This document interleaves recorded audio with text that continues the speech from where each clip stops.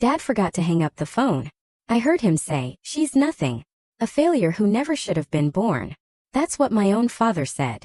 All those years I was the one paying the mortgage. I didn't yell. I didn't cry. A week later, I sold my $830,000 house and moved to another state. They had no idea. Until my dad saw strangers moving into what used to be his home. Imagine hearing your own father whisper, "She's nothing. A failure. Should have never been born." And realizing he was talking about you. The daughter who'd sacrificed everything for him. That's how my world shattered. And it's where my story begins. 4 years I'd poured my life, and my entire paycheck, into supporting my parents, paying the mortgage on the sprawling $830,000 home they lived in rent-free. My home. I'd given them everything. But when those words hit me, a physical blow to my gut, I didn't scream. I didn't cry. I just made a decision. 1 week later, I sold my luxury home and moved to another state, leaving them to face the stark consequences of their venomous words. This isn't just a story about a family falling apart. It's a journey into radical self-preservation, and it might just resonate with anyone navigating the treacherous waters of toxic family relationships. My name is Audrey Foster. At 31, I'd built what most people would call a wildly successful life. My alarm clock was a constant 5 a.m. companion, dragging me out of bed for an intense hour in the home gym I'd meticulously set up in my Chicago suburban basement. Protein smoothie, quick shower, out the door by 7:15, battling traffic to my downtown office at Hartman Financial Advisors. My colleagues saw me as the poster child for hard work paying off. After my MBA from Northwestern, I landed a financial analyst position and just kept climbing. 3 promotions in 5 years. I was on the fast track, and my boss, Victoria Hayes, had taken me right under her wing. "Audrey, you're going places," she'd tell me, praising my dedication. "You're exactly what we value here." But what no one saw, what no one understood, was the quiet chaos waiting for me at home. 3 years earlier, I'd bought my dream house, a gorgeous 4-bedroom colonial, valued at $830,000. I envisioned living there alone, maybe one day with a partner. But within 2 months of moving in, my parents, Raymond and Margaret Foster, had moved in with me. Dad's construction business had gone bankrupt. Again. "It's just temporary, sweetheart," Mom had cooed. "Just until we get back on our feet." 3 years later, they were still there. And I was still paying for everything. The mortgage, utilities, groceries, their cell phone bills, even their car insurance. Not a dime from them.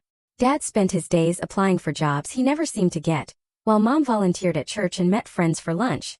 Every Wednesday, my sister Heather would bring her 3 kids over for family dinner. Heather, who'd married her high school sweetheart, had her first child at 21, and dropped out of community college. Yet my parents beamed with pride whenever she walked through the door. "There's our girl," Dad would bellow, embracing her like she was the prodigal daughter, barely a nod for me. After these dinners, I'd retreat to my home office, exhaustion settling deep into my bones. The weight of supporting everyone was immense, a heavy cloak I wore daily. But I'd convinced myself it was my duty. I was the successful one. This was what good daughters did. My best friend Zoe Curtis never bought it. "Audrey, they're taking advantage of you," she'd rage during our rare lunch dates. "They're adults. They should be supporting themselves, not living off their daughter." My defense was automatic, worn smooth with repetition. "They're my parents, Zoe. Dad's still looking for work. Mom never had a career. What am I supposed to do? Throw them out?" Zoe would just shake her head. She'd known me since college, watched me conquer every goal, only to hand the spoils over to my family. That Wednesday morning I had a massive presentation. A retirement fund worth millions. Victoria had trusted me with the lead. A clear sign I was destined for the next level. "Land this, Audrey," she'd promised. "And we're talking senior analyst." As I straightened my blazer, a rush of adrenaline mixed with anticipation, I spotted my dad in the kitchen, scrolling on his phone. "Big day, Dad," I chirped, trying to ignite some enthusiasm. "Wish me luck." He barely glanced up. "Sure, honey. Good luck." The familiar sting of disappointment pushed it down. Today was about my career, my promotion, my future. Little did I know that future was about to explode. The presentation, it was phenomenal. The clients were hooked.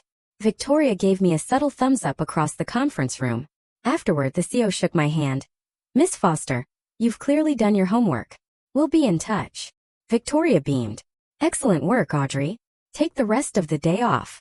You've earned it." Excitement bubbled in my chest. I couldn't wait to share the news. And despite everything, my parents were the first people I thought of. Maybe, just maybe, this time Dad would actually be proud. It was 2:30 p.m. They wouldn't expect me for hours. Perfect surprise. Dinner out, maybe? As I pulled into the driveway, both their cars were there. Unusual for a Wednesday. Mom usually had her book club. I slipped in quietly through the side door leading to the kitchen, ready to announce my early triumphant arrival. Then I heard Dad's voice. It was coming from his bedroom, which he'd converted into a makeshift office. He was on a video call. "Yes, Dan," his voice carried clearly. "We're still living with her. What choice do we have? Housing market's ridiculous." Stanley Bennett, his old construction buddy. I was about to call out, but something in Dad's tone made me freeze. "Hold on," he said. "Let me end this call properly. Audrey's always nagging me about just hitting the red button." A click. Then his voice again. "There, now we can talk freely." Except he hadn't ended the call. I could still hear Stanley asking if he was there. Dad had only minimized the window, thinking he'd disconnected. Then came the words. The words that ripped my world apart. "She's nothing, Stan. A failure. Should have never been born." I froze in the hallway. Unable to move, unable to breathe. "Sure, she makes good money," Dad continued, his voice dripping with utter disdain. "But what kind of life is that? 31 and still single, married to her job. It's pathetic. And she lords it over us like we should be grateful she's letting us live here." "Stanley," his voice tinny, offered. "At least you've got a roof over your head." Dad scoffed. "Yeah, but at what cost? My dignity. Do you know how embarrassing it is when people ask what I do, and I have to admit my daughter supports me? It's humiliating." Then his voice softened. "What about Heather? She doing okay?" Pride. Pure, unadulterated pride. "Now there's my real achievement. 3 beautiful grandkids. A solid marriage. Sure, she didn't go to some fancy college like Audrey, but she's got what matters. A family. Love. Keith's business is doing well enough. They're talking about buying a bigger house soon." The bedroom door creaked open. Mom's voice joined the conversation. "Who are you talking to, Ray?" "Just Stan. We were discussing the girls." "Oh." Mom's voice grew quieter as she moved closer to the computer. "Did you tell him about Audrey's promotion? The one she won't stop talking about?" Dad snorted. "What's there to tell? Another rung on the corporate ladder. Big deal." "I know." Mom sighed. "Sometimes I wonder where we went wrong with her. So cold, so focused on money and status. Not like our Heather." "Exactly. The only good thing about living here is we're saving a fortune. Another year or two and we can afford to put a down payment on a place near Heather and the kids." "That's the dream," Mom agreed. "I'm tired of walking on eggshells around Audrey, pretending to be interested in her work stories. Remember last Christmas when she gave us those expensive watches?" Dad laughed. "Like we needed a reminder of how much money she has. So tasteless." My stomach lurched. Those watches had cost me $3,000. Weeks researching, wanting something special. "Well," Mom said, "we'll just keep playing the game for now. She needs us more than we need her. Even if she doesn't realize it. Without us, who does she have? No husband, no kids. Just that awful friend Zoe who keeps putting ideas in her head." "True," Dad chimed in. "Remember when Zoe convinced her to take that trip to Cabo instead of helping us with the bathroom remodel? Selfish, both of them. I canceled that trip. Lost the deposit. Spent my vacation days painting and tiling their bathroom because Dad complained about needing help." The conversation continued. A symphony of betrayal. But I couldn't bear to hear more. My heart pounded, nausea swept over me. I backed away silently, grateful for my flats, not my usual heels. Somehow, I made it to my car without being detected. My hand shook so violently I couldn't insert the key. A failure. Should have never been born. My real achievement. Saving a fortune. The girl they wished hadn't existed was bankrolling their comfortable retirement. I don't remember driving to Zoe's apartment. Muscle memory, I suppose, guiding me through familiar streets while my mind replayed 31 years of memories in a harsh, agonizing new light. The distracted nods from my academic achievements while Heather's C+ in art got prime refrigerator space. My college graduation party, which they left early because Heather's son had a cold. The countless loans that were never repaid. By the time I parked outside Zoe's, the initial shock had hardened into something cold, clear, and absolutely certain. For the first time in my life, I saw my family exactly as they were, not as I desperately wanted them to be. "They said what?" Zoe's voice echoed through her apartment as I recounted the horror. Her normally calm demeanor had dissolved into a protective rage.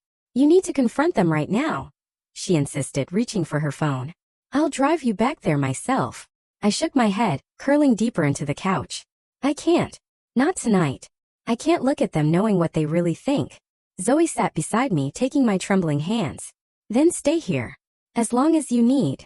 The shock began to wear off, replaced by a flood of painful memories. Moments I'd rationalized away, dismissed as trivial. My entire first-year bonus, $15,000, paying off Dad's failed business debts. He'd accepted the check with a casual, "Thanks, kiddo," before calling Heather to discuss her son's private school applications. The European vacation I'd planned for years, postponed 3 times for family emergencies. Dad's knee surgery. He was golfing 2 weeks later. Mom's car accident, minor, but they needed a replacement they couldn't afford. Heather's unexpected medical bills. When I finally moved into my house, the crown jewel of my achievements, they showed up 3 weeks later with suitcases and sad stories about their landlord selling their rental. I gave them the master bedroom, moving my things to the smaller guest room. My privacy. My space. My sanctuary. Surrendered without a fight because that's what good daughters do. I've defended him so many times, I whispered, recalling how I'd made excuses to colleagues about Dad's bad luck after meeting him at company events. Zoe's voice was firm. Because you're loyal, Audrey. That's not a character flaw. My phone buzzed. My assistant, Danielle. Great job today. Victoria's thrilled. Did you go home sick? I'd completely forgotten the presentation. Seemed utterly trivial now. My whole identity has been built around being the good daughter. I choked out, the realization heavy on my shoulders. The responsible one. The successful one. But they never wanted that. They wanted me to be Heather. Zoe snorted. Heather who can barely keep a job and relies on her husband's family business? That Heather. They don't see it that way.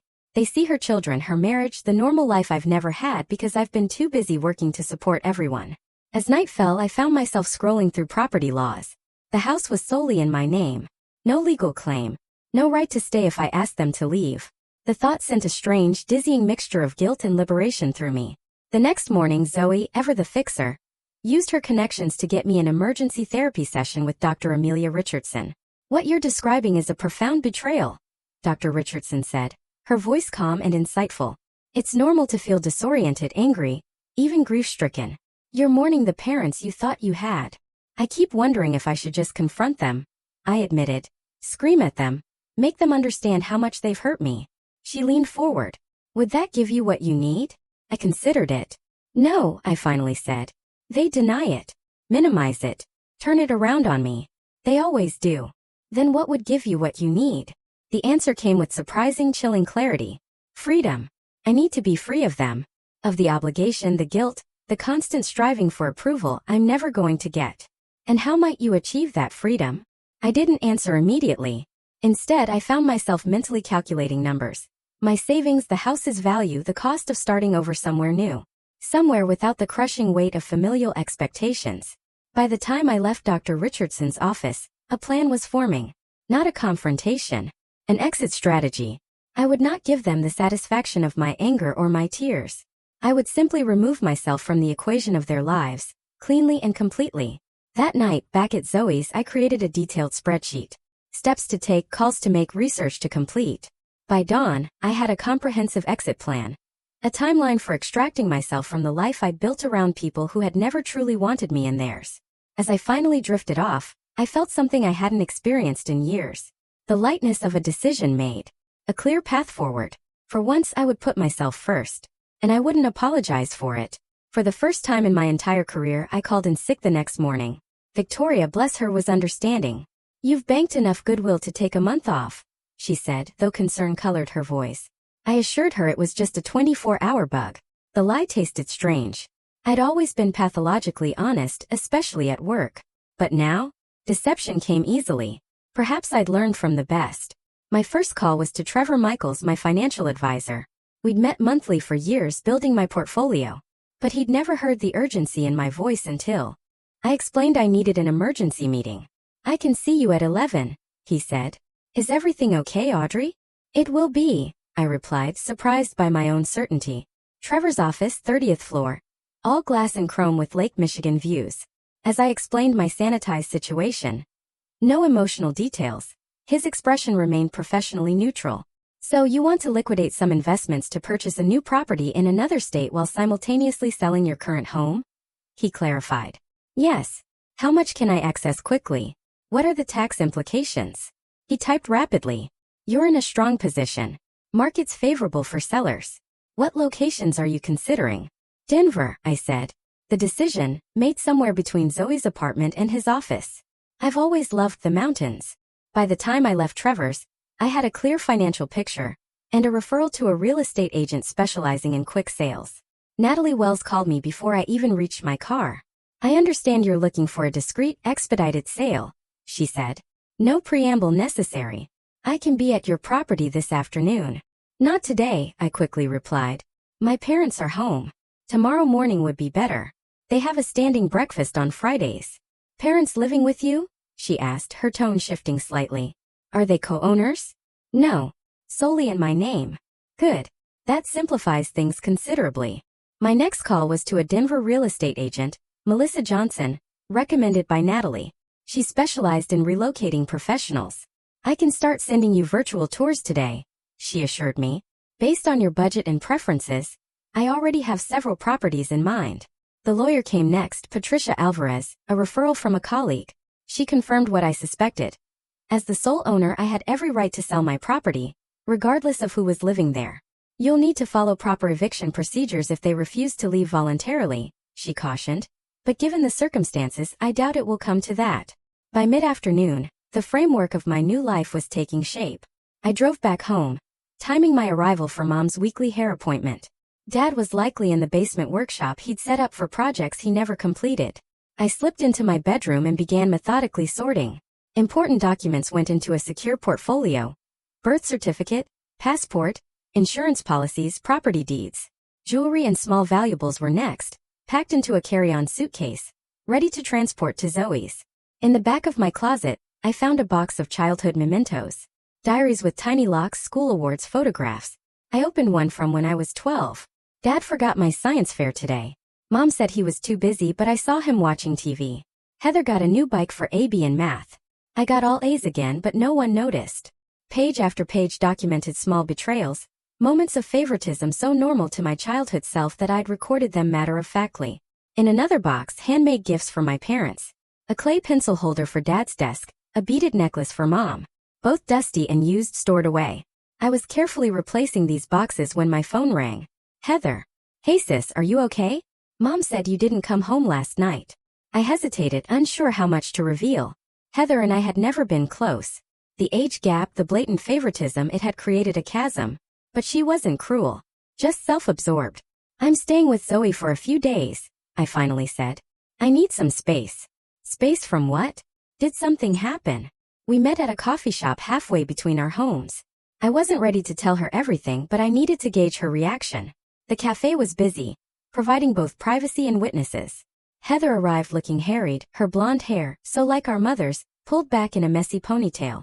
She'd always been the pretty one, the charming one, while I was the smart one, a distinction that felt more like a consolation prize. What's going on? She asked as she sat down. Mom's freaking out. She thinks you're having some kind of breakdown. I'm selling the house, I said bluntly, watching her face. Her eyes widened. What? Why? You love that house. I'm moving to Denver. I've already started the process. Denver? But what about Mom and Dad? Where will they go? There it was. Her first thought was for our parents. But there was genuine confusion in her expression, not calculation. They'll figure it out, I said, my voice steady. They're adults. But they can't afford their own place right now. Dad's still looking for work, and Mom's never had a real job. I'm aware, I replied, unable to keep the edge from my voice. I've been supporting them completely for 3 years. Mortgage, utilities, groceries, everything. Did you know that? She had the grace to look uncomfortable. I knew you were helping them out. Helping implies they contribute something. They don't. Heather fidgeted. Look, I would help if I could, but with 3 kids and Keith's business just getting established. I'm not asking you to help, I interrupted. I'm telling you what's happening. I'm selling my house and moving away because of Mom and Dad. Did they do something? For a moment, I considered telling her everything. The overheard conversation. The decades of dismissal. But looking at her worried face, I realized she truly didn't know. She'd been shielded from the darker side of our parents, cushioned by their unconditional love. I need a change, I said instead. The house will sell quickly. They'll need to find their own place. They could stay with us temporarily, she offered, without much enthusiasm. The guest room is small, but that's between you and them.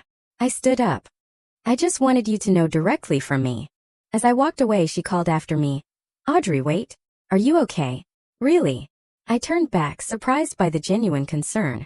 For a brief moment, I saw past the golden child persona to the sister who had once, long ago, defended me against Dad's criticism when I'd broken his favorite coffee mug. I will be, I answered honestly. That afternoon, a video interview with Westbrook Financial in Denver. I'd leveraged connections from a conference. The hiring manager, Benjamin Clark, remembered me. We'd be lucky to have someone with your expertise, Audrey. The team lead position just opened last month. Perfect timing. Perfect timing indeed. As if the universe was finally aligning to help me break free. My final call of the day was to Victoria. I owed her transparency. Denver, she repeated after I'd explained. That's unexpected. We have a satellite office there, you know. Not as prestigious as Chicago, but growing. Would you consider a transfer instead of resignation? The offer caught me off guard. You'd help me transfer? Audrey, you're one of our top performers. I'd rather keep you in the Hartman family, even if it's from a distance. Think about it. Let me know by Monday. As I ended the call, I realized I'd accomplished more in one day towards my own happiness than I had in years of striving to please my parents. The irony was not lost on me. It took discovering their true feelings to finally prioritize my own. That evening I returned home for dinner, watching my parents through new eyes. They discussed their day, complained about neighbors, asked perfunctory questions about my illness. I answered pleasantly, passed the potatoes, and excused myself early, claiming fatigue. In my room I continued preparations, transferring documents to secure cloud storage, researching moving companies, creating new bank accounts they couldn't access.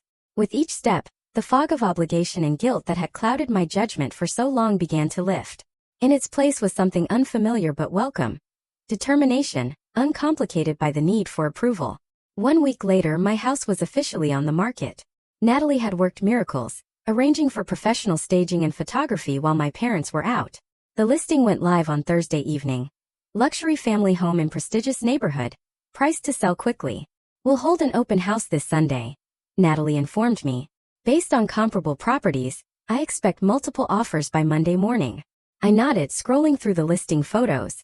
The house looked beautiful, spacious, bright, devoid of the tension that had filled it. I'll make sure my parents are out during the open house. About that, Natalie hesitated. Have you told them yet? They'll find out soon enough. Soon enough came that very evening. I arrived home to find my father standing in the driveway, arms crossed, face thunderous.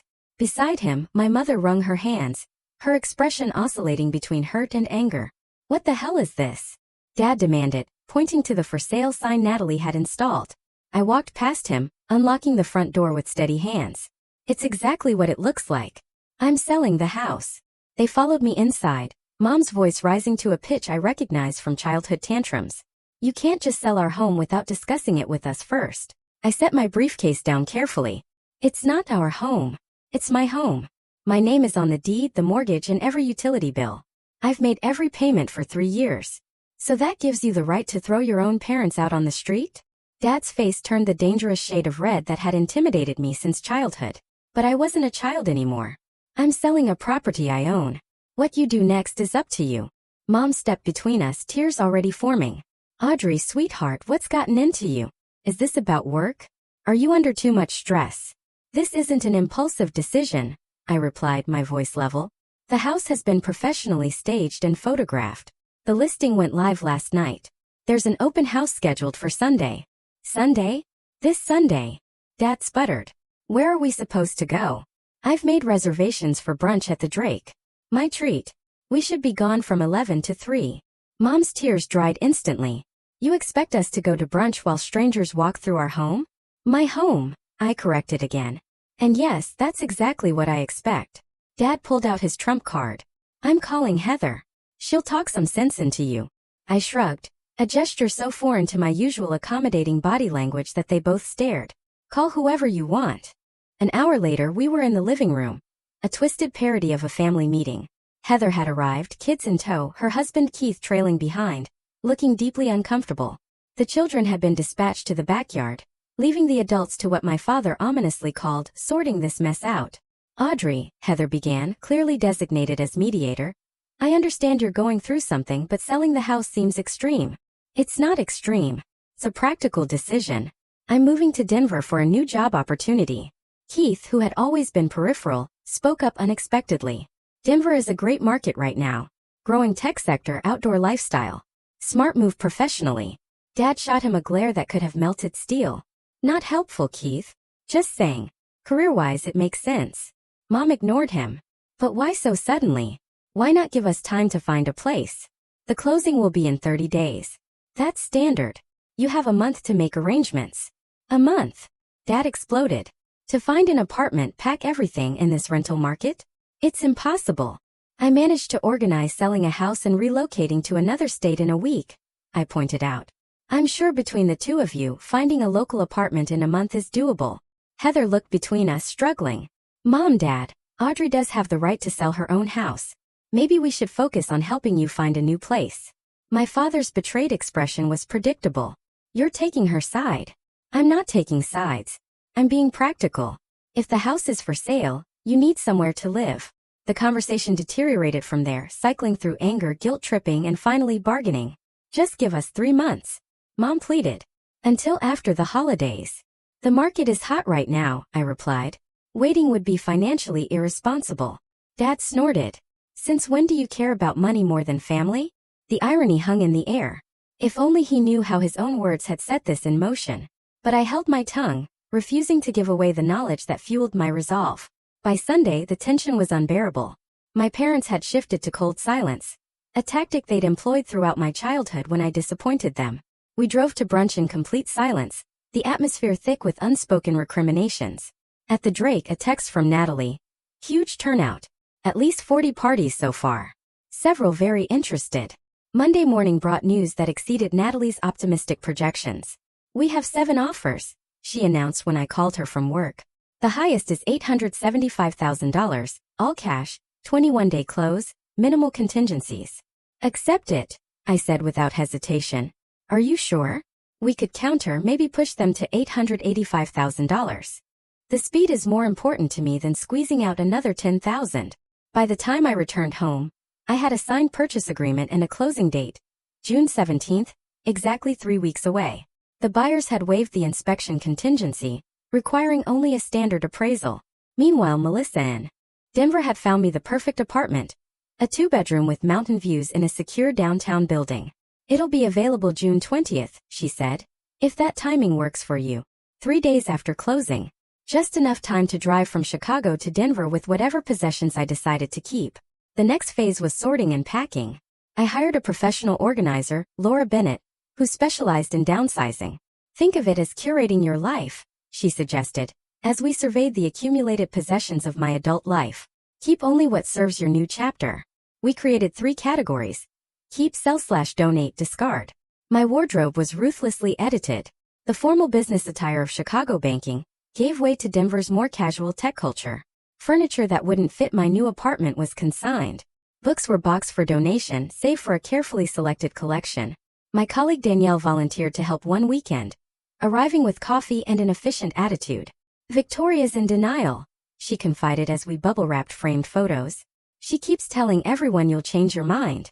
Not a chance, I replied, carefully packing a photo of my college graduation. The only one where both my parents appeared genuinely proud. Had that been real or just for the camera? As we worked, memories surfaced of my ex-boyfriend Connor, who'd never understood my family dynamics. You drop everything whenever they call, he complained. It's like you're their parent, not the other way around. I'd ended things shortly after, convinced he was being selfish. Now, I wondered if he'd seen what I'd been blind to all along. By the second week, the house was half-packed, my life sorted into neat labeled boxes. The Denver job offer had been formalized with a generous relocation package. Victoria had reluctantly processed my transfer request, extracting a promise that I'd train my replacement. My parents' efforts to find their own place had been half-hearted. Dad made a show of circling apartment listings, but complained that everything was too expensive or too small. Mom mentioned moving in with Heather temporarily with increasing frequency, despite Heather's obvious reluctance during our family calls. 3 days before closing, I returned home to find them waiting for me in the living room. Heather beside them, looking uncomfortable. The formal arrangement of furniture them on the sofa, a chair positioned opposite, made it clear this was an intervention. "We need to talk," my father began, using the authoritative tone that had once sent me scrambling to please him. "This has gone far enough." "Far enough," I repeated, setting my purse down but remaining standing. "The movers come tomorrow. The closing is in 3 days. This isn't a negotiation." "Audrey, please sit down," my mother said, patting the chair they'd positioned. "We're worried about you." Heather nodded, though her expression was conflicted. "We just want to understand what's happening. This isn't like you." I sat, crossing my legs and folding my hands in my lap, the poised professional, even amidst family drama. "What exactly isn't like me? Making a career decision? Moving to a new city? Millions of people do these things every day. Abandoning your family without warning," my father clarified, his jaw tight. "Throwing your parents out of their home. It's not abandonment, it's relocation, and it's not their home. It's mine." Heather winced. "I've given you 3 weeks' notice, which is more than fair." "Fair?" My mother's voice rose, tears already gathering. "After everything we've done for you?" The question hung in the air, so absurd I almost laughed. Everything they'd done for me. What exactly did they think that entailed? "Mom," Heather interjected gently, "maybe we should focus on solutions. Audrey has made her decision about the house." My father wasn't ready to concede. No daughter who respected her parents would do this. "It's selfish and ungrateful. I expected better from you, Audrey. You've always been a disappointment. But this takes it to a new level." There it was. A disappointment. The same word he'd used with Stanley. The final thread of my restraint snapped. "A disappointment?" I repeated, my voice deadly calm. "Like when you told Stanley I was nothing, a failure, should have never been born?" The color drained from my father's face. Beside him, my mother went completely still. "That's right," I continued, my eyes locked on his. 3 weeks ago, you forgot to hang up your call properly. I heard everything. Every word about how pathetic I am. How embarrassed you are to live with me. How Heather is your real achievement, while I'm just the ATM funding your comfortable retirement." Heather's gasp was audible. "Dad, what is she talking about?" My father recovered quickly, his expression shifting to defensive indignation. "You were eavesdropping on a private conversation. I came home early to share good news about a client presentation. You were broadcasting your conversation because you can't operate video call software properly. You clearly misunderstood."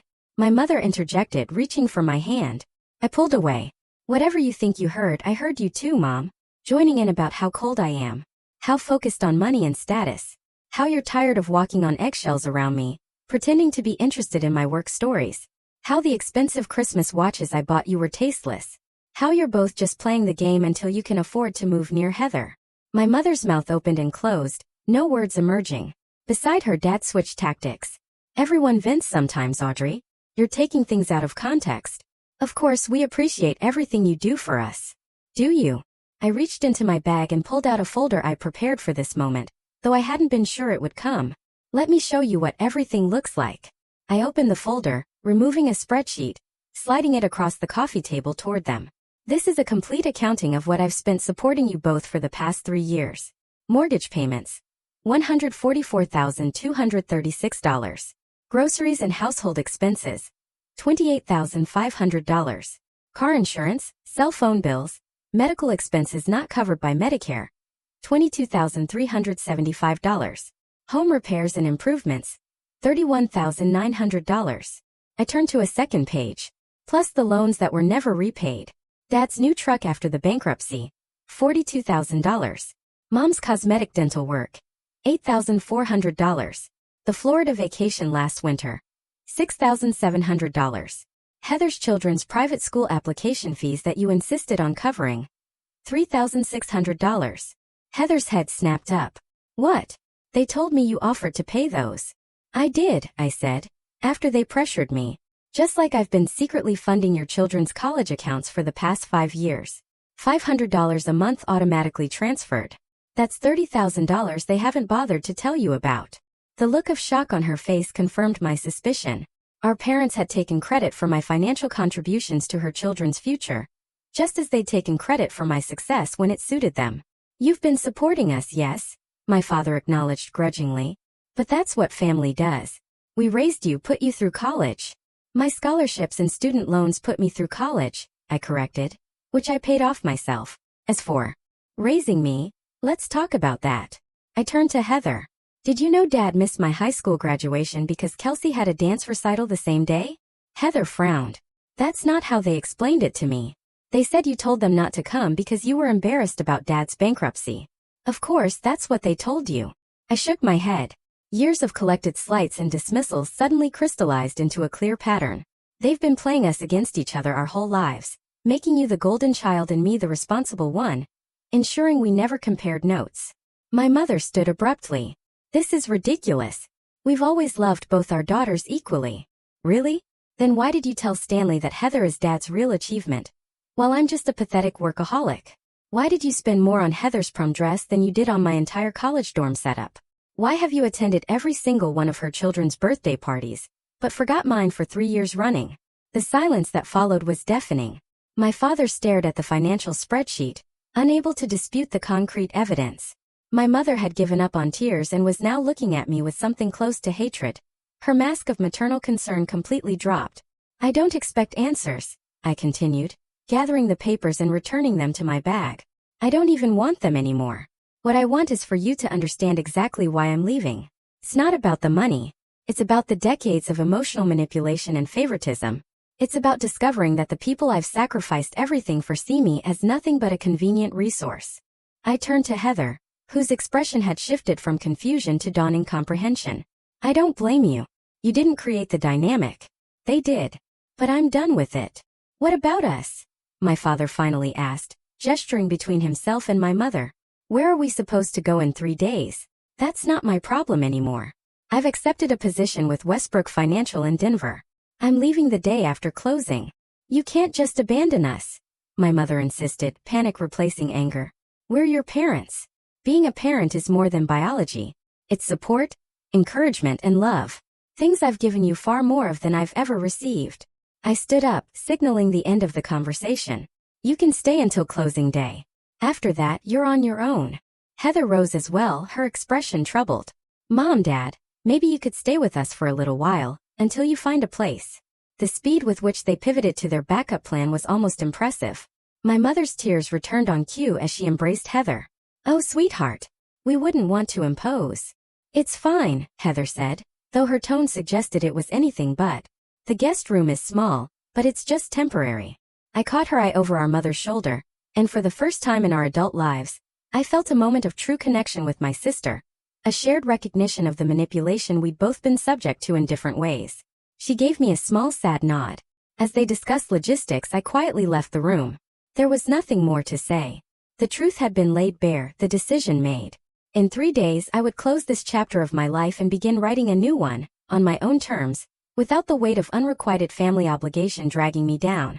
Closing day arrived with a sense of finality that was both terrifying and utterly liberating.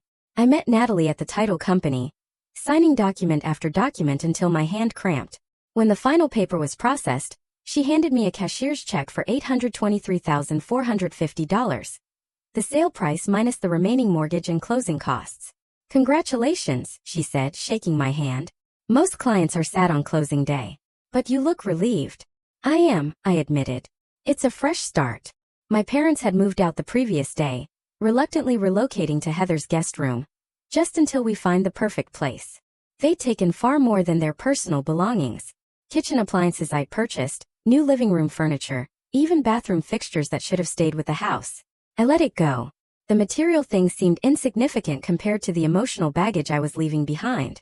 After the closing, I returned to the empty house for one final walkthrough. Each room held memories, some good, many tainted now by the knowledge of my parents' true feelings.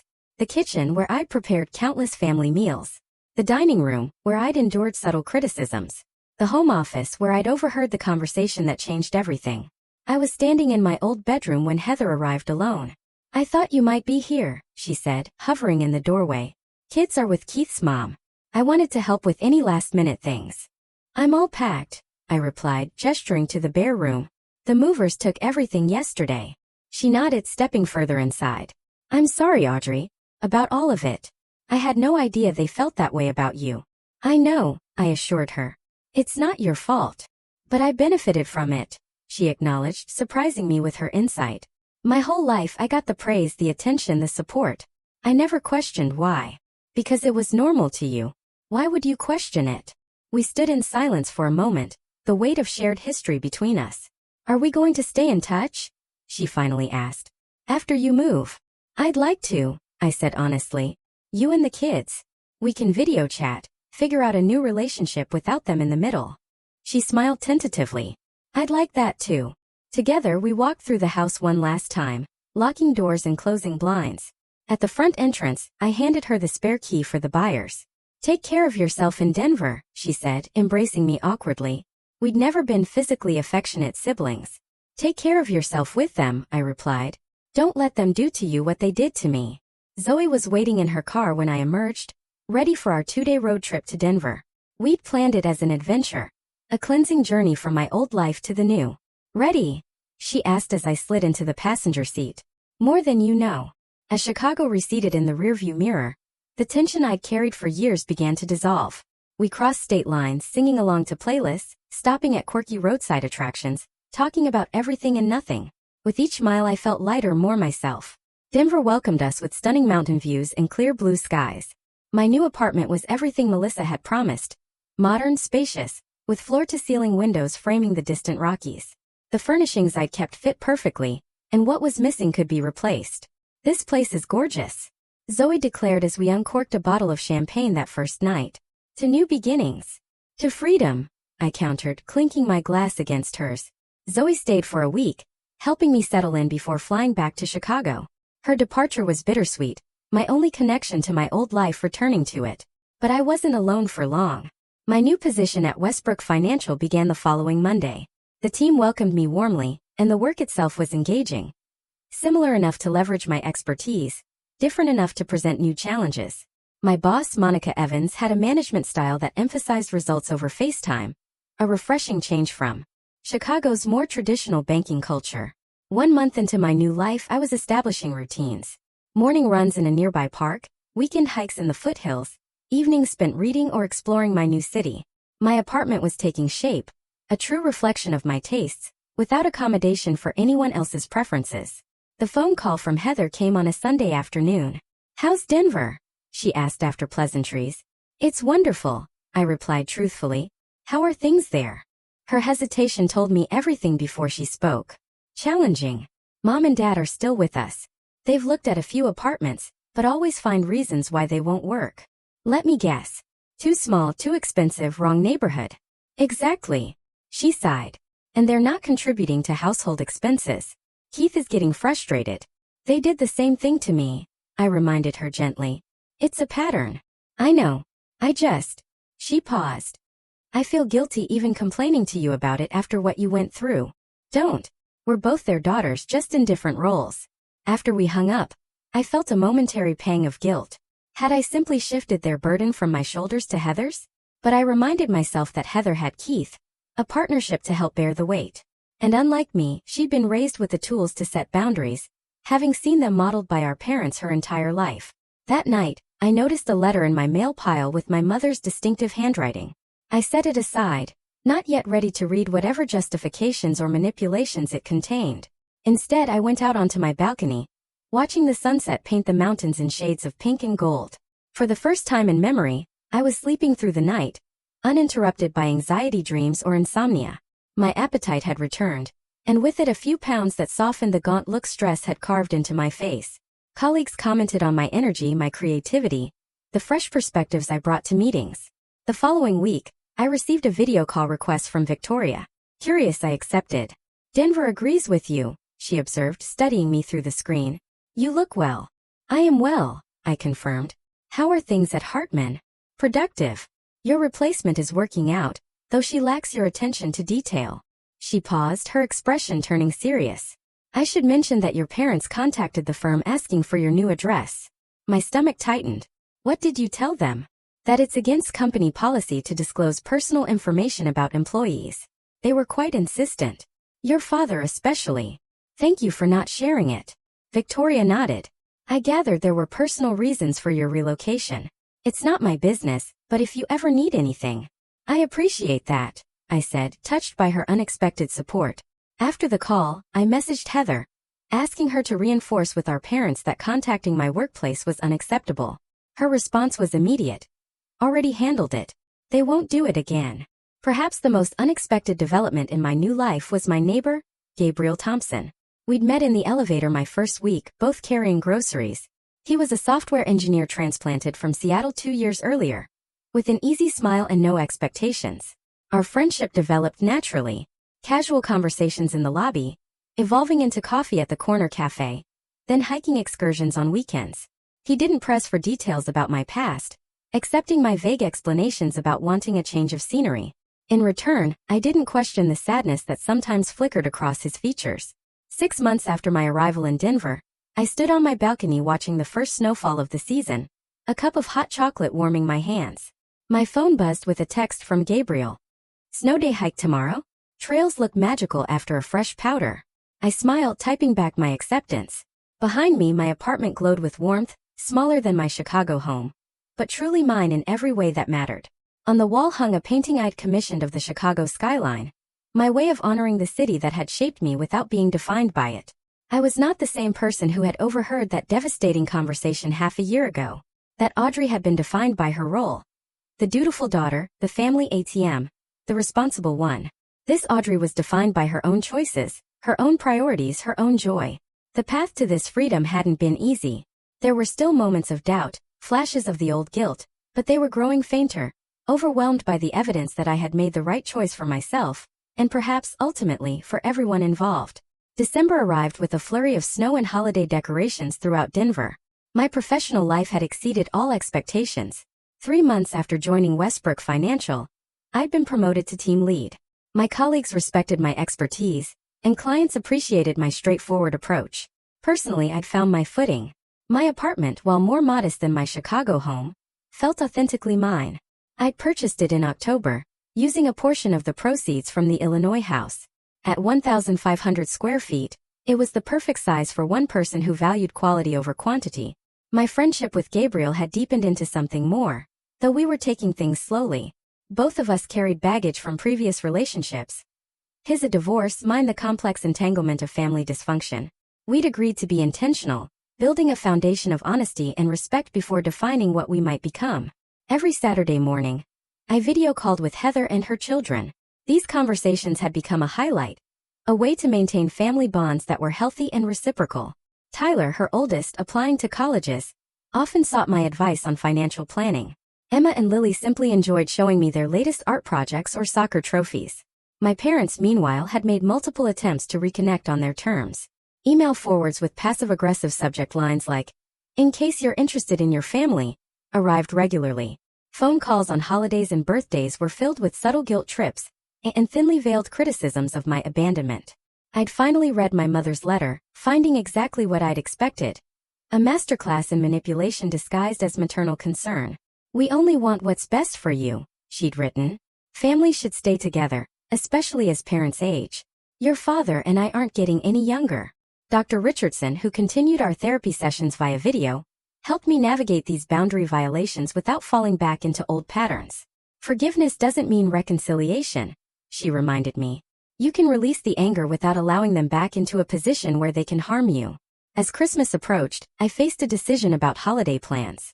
Heather had invited me to visit Chicago, offering her home as neutral territory for a potential family gathering.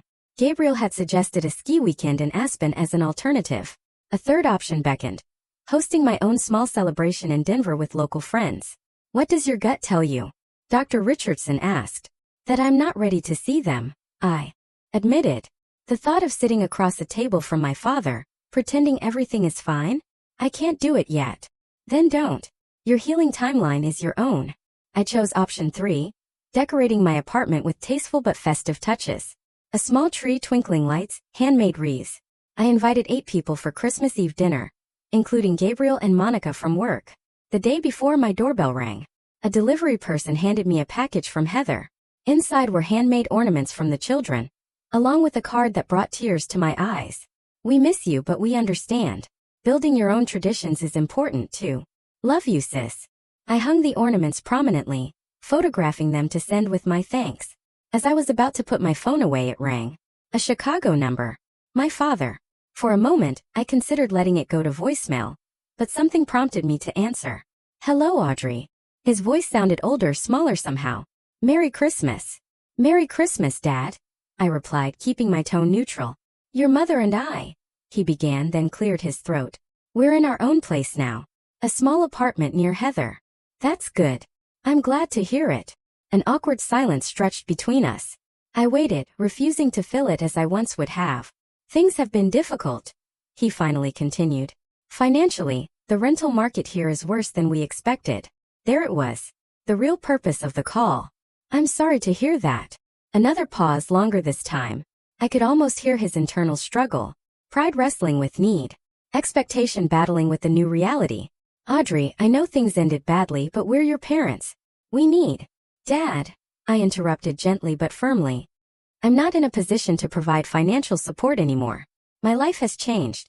My expenses and priorities are different now. But family helps family, he insisted, the familiar guilt tactic emerging. Yes, they do. And that help can take many forms. I'm happy to stay in touch, to rebuild a relationship based on mutual respect, but my financial support is no longer an option. The silence that followed told me everything about his true priorities. When he spoke again, his voice was tight with suppressed anger. I see. Well, Merry Christmas then. Merry Christmas, Dad, I repeated, ending the call before he could continue. I stood on my balcony afterward, watching snow fall gently on the city below. 6 months ago, that conversation would have left me devastated, racked with guilt and self-doubt. Now, I felt only a calm certainty that I had made the right decision. Not just for my financial well-being, but for my emotional health. Christmas Eve arrived with perfect Rocky Mountain clarity, brilliant blue skies contrasting with snow-covered peaks. My apartment filled with delicious aromas as I prepared dinner, something I once done out of obligation, but now enjoyed as a creative expression. Gabriel arrived early to help, moving around my kitchen with comfortable familiarity. Your dad called again, he asked when I mentioned the conversation. Trying the direct approach this time, I confirmed, checking the roast in the oven. At least he was honest about wanting money. And you're okay with setting that boundary? I considered the question seriously. Yes. For the first time in my adult life, I feel like I'm making choices based on what's right for me, not what others expect or demand. He smiled, his expression warming. That's what I admire about you, Audrey. Your courage to redefine yourself. As my guests arrived, bringing wine and desserts and holiday cheer, I realized I'd created something precious here. A chosen family built on genuine connection rather than obligation. We laughed and shared stories, exchanged small gifts, celebrated the season with joy, uncomplicated by past grievances or hidden agendas. After everyone had gone home, Gabriel lingered, helping me clean up.